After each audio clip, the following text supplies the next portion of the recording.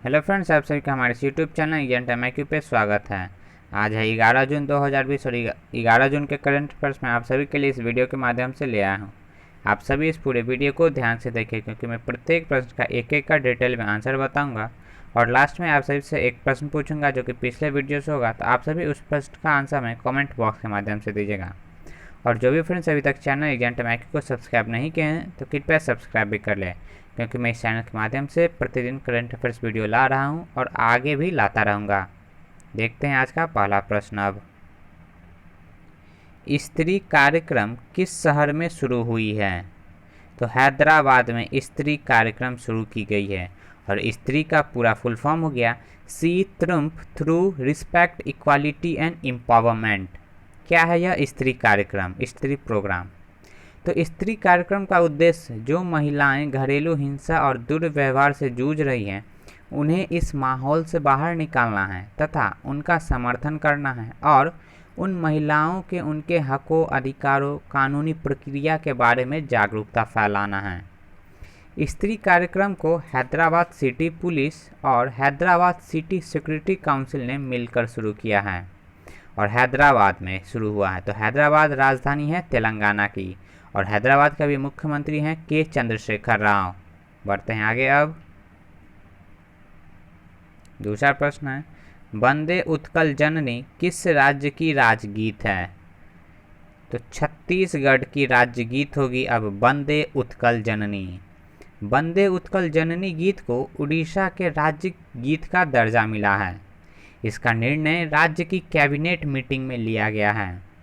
इस गीत की रचना 1912 में कांता कवि लक्ष्मीकांत महापात्रा द्वारा की गई थी। किनके द्वारा? तो कांता कवि लक्ष्मीकांत महापात्र के द्वारा।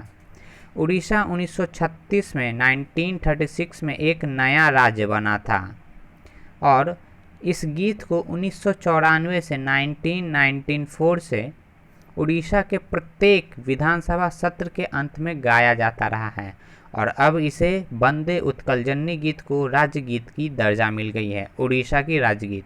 और उड़ीसा की अभी राजधानी है भुवनेश्वर। उड़ीसा के मुख्यमंत्री हैं अभी नवीन पटनायक। उड़ीसा के अभी राज्यपाल है गणेशी लाल। बढ़ते हैं आगे। अब भारत का पहला आभासी व्यापार मेला कितनी दिनों के लिए आयोजित किया गया था? First virtual trade fair. तो यह मेला 4 दिनों के लिए आयोजित किया गया था।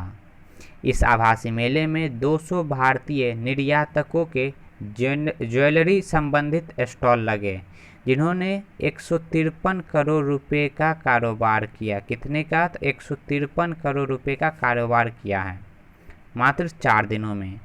इस आभासी मेले की मेजबानी एक्सपोर्ट प्रमोशन काउंसिल द्वारा की गई थी, EPC के द्वारा की गई थी। 4 दिनों का यह मेला लगा था।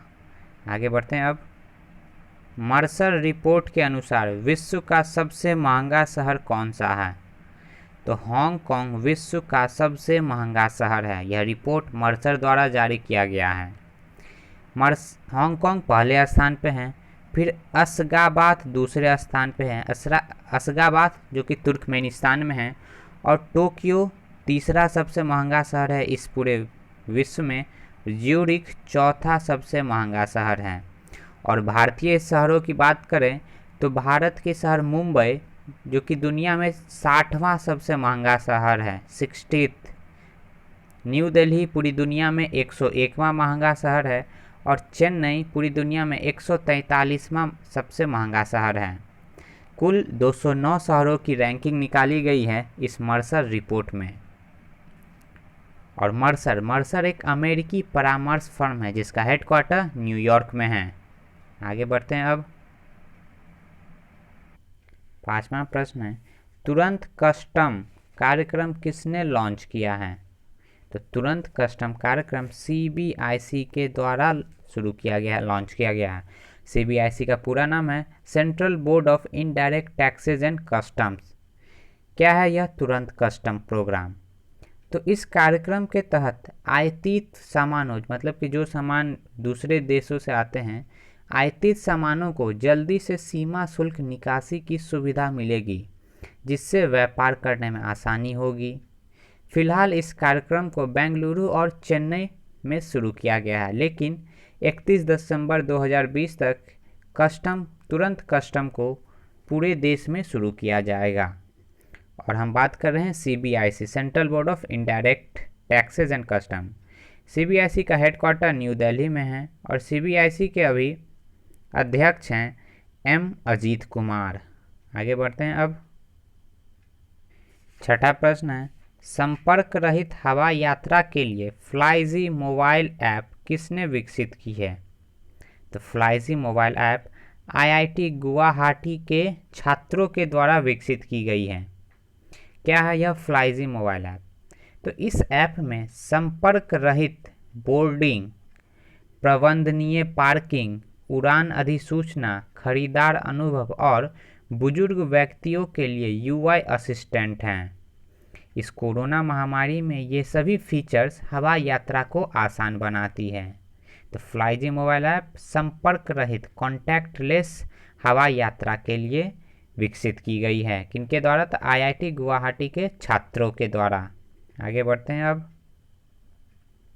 सातवां प्रश्न है, ई लर्निंग कंटेंट टेलीकास्ट के लिए रोटरी इंडिया ने किससे समझौता किया है? तो NCERT के साथ समझौता हुआ है रोटरी इंडिया का। क्या है यह समझौता, किस कामों के लिए हुआ है? तो डिटेल में समझते हैं अब। इस समझौते के तहत वर्ग 1 से 12वीं तक के छात्रों के लिए ई लर्निंग टेलीकास्ट सामग्री प्रदान की जाएगी, जिसे NCERT के टीवी चैनलों पर प्रकाशित किया जाएगा। यह शिक्षण सामग्री हिंदी में होगी और यह किसने किया है समझौता? तो रोटरी क्लब और NCERT। NCERT का पूरा नाम है, फुल फॉर्म हो गया national council of educational research and training. NCERT की स्थापना 1961 में हुई थी। NCERT का हेडक्वार्टर न्यू दिल्ली में है और NCERT के डायरेक्टर हैं अभी ऋषिकेश सेनापति। आगे बढ़ते हैं अब। आठवां प्रश्न है, पंचवटी योजना किस राज्य में शुरू हुई है? तो हिमाचल प्रदेश में पंचवटी योजना शुरू की गई है। क्या है यह पंचवटी योजना? तो पंचवटी योजना के तहत मनरेगा के अंतर्गत राज्य में 100 पार्क, कितने? तो 100 से अधिक पार्क और उद्यान विकसित किए जाएंगे। पार्क विकसित करने का उद्देश्य वरिष्ठ नागरिकों के लिए मनोरंजन और पैदल टहलने के रास्ते बनाए जाएंगे, जिससे उनका स्वास्थ्य अच्छा रहे। इन पार्क में औषधीय पेड़ पौधे भी होंगे और यह पंचवटी योजना हिमाचल प्रदेश में शुरू हुई है और हिमाचल प्रदेश के मुख्यमंत्री हैं अभी जयराम ठाकुर। हिमाचल प्रदेश के अभी राज्यपाल है बंडारू दत्तात्रेय। आगे बढ़ते हैं। गोमती मारी मुथु पर AIU द्वारा कितने साल का प्रतिबंध लगाया गया है? तो गोमती मारू मुथु पर 4 साल का प्रतिबंध लगाया गया है AIU के द्वारा। तमिलनाडु की गोमती मारी मुथु पर डोपिंग रोधी नियमों के उल्लंघन के लिए 4 साल का प्रतिबंध और 1000 पाउंड का जुर्माना भी लगाया गया है। इन्होंने 2019 के एशियन चैंपियनशिप में 800 मीटर ट्रैक में गोल्ड मेडल भी जीता था और अब वह मेडल भी इन्हें वापस करना होगा। और किनके द्वारा लगाया गया है? तो AIU का पूरा नाम है एथलेटिक्स इंटीग्रिटी यूनिट। इसकी स्थापना 2017 में हुई थी, AIU की स्थापना। आगे बढ़ते हैं अब। 10वां प्रश्न है, QS वर्ल्ड यूनिवर्सिटी रैंकिंग 2020 में पहले स्थान पे कौन है? वर्ल्ड यूनिवर्सिटी रैंकिंग में पहले स्थान पर मैसाचुसेट्स इंस्टीट्यूट ऑफ टेक्नोलॉजी है, फर्स्ट स्थान पे है। दूसरे स्थान पे स्टैनफोर्ड यूनिवर्सिटी है और तीसरे स्थान पे हार्वर्ड यूनिवर्सिटी है। ये टॉप 3 है पूरी दुनिया में। और भारत की यूनिवर्सिटी की बात करें तो IIT बॉम्बे पूरी दुनिया में 172वें स्थान पे है। IISc बेंगलोर पूरी दुनिया में 185वें स्थान पे है और IIT दिल्ली पूरी दुनिया में 193वें स्थान पे हैं। यह जारी की गई है QS के द्वारा और इस रैंकिंग में कुल 1000 यूनिवर्सिटी को स्थान मिला है। आगे बढ़ते हैं अब। नासा विशिष्ट सेवा मेडल से किस भारतीय को सम्मानित किया गया है? तो रेनजीत कुमार को नासा की ओर से विशिष्ट सेवा मेडल प्रदान किया गया है। कौन है रेनजीत कुमार? तो रेनजीत कुमार एयरोस्पेस उद्यमी हैं। नासा के साथ इन्होंने 30 साल काम किए, जिसमें इन्होंने इंटरनेशनल स्पेस स्टेशन को नया स्वरूप देने में मदद की। और यह अवार्ड अब रेनजीत कुमार को नासा के द्वारा दिया जा रहा है। नासा की पूरा नाम हो गया national aeronautics and space administration. NASA का हेडक्वार्टर वाशिंगटन डीसी में है और नासा के अभी प्रमुख हैं जिम ब्राइडेनस्टाइन। ये था आज का करंट अफेयर्स। अब देखते हैं कल वाला प्रश्न का आंसर। UNADAP द्वारा गरीबों के लिए सद्भावना राजदूत के रूप में किनकी नियुक्ति हुई है? Goodwill ambassador to the poor. तो एम नीथरा की नियुक्ति हुई है।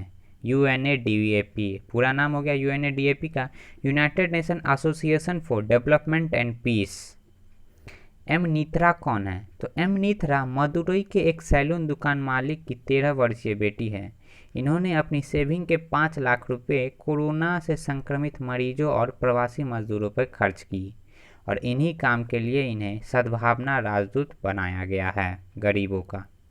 ये था कल का मैंने जो आपसे प्रश्न किया था।